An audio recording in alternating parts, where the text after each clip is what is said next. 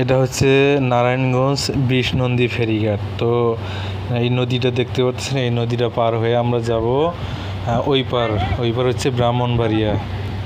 তো এই পার আসলাম, এইবার আসে আমরা একটু ঘুরে বেড়াবো, এদিক সেদিক দেখবো কি আছে।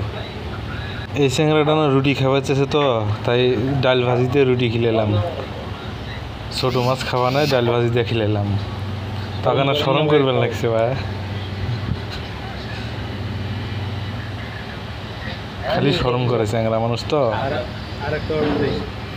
তো আবার আমরা রওনা দিলাম সেই নারায়ণগঞ্জ ফেরিঘাটের উদ্দেশ্যে।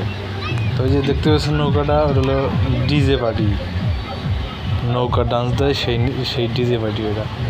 তো দেখতে পাচ্ছেন আপনারা অনেক গাড়ি, অনেক লোকজন এই ফেরির ভিতরে। তো অনেক মজাই লাগলো আসলে বেড়াইতে।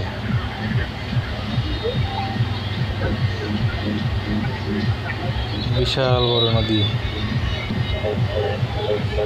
তো আজকে তেমন বাতাস নাই, হালকা বাতাস, তারপরে দেখেন ঢেউ।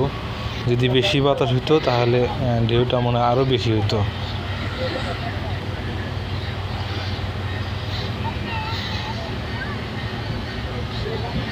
ওই যে একটা এখানে পারাপারের জন্য দুইটা ফেরি দেওয়া হয়েছে, একটা যাচ্ছে একটা আসতেছে। মাঝ নদীতে দুইটার মানে হচ্ছে, ক্রসিং হচ্ছে।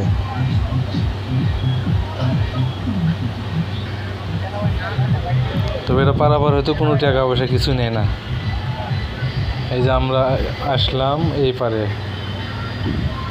তো আমরা বেড়াইতে বেড়াইতে সময় শেষ আমাদের, আমরা এখন রওনা দিচ্ছি গন্তব্যস্থানে বাসার দিকে। আর আমরা আসলে আসতে পারে নারায়ণগঞ্জ 2500 ফেরিঘাট।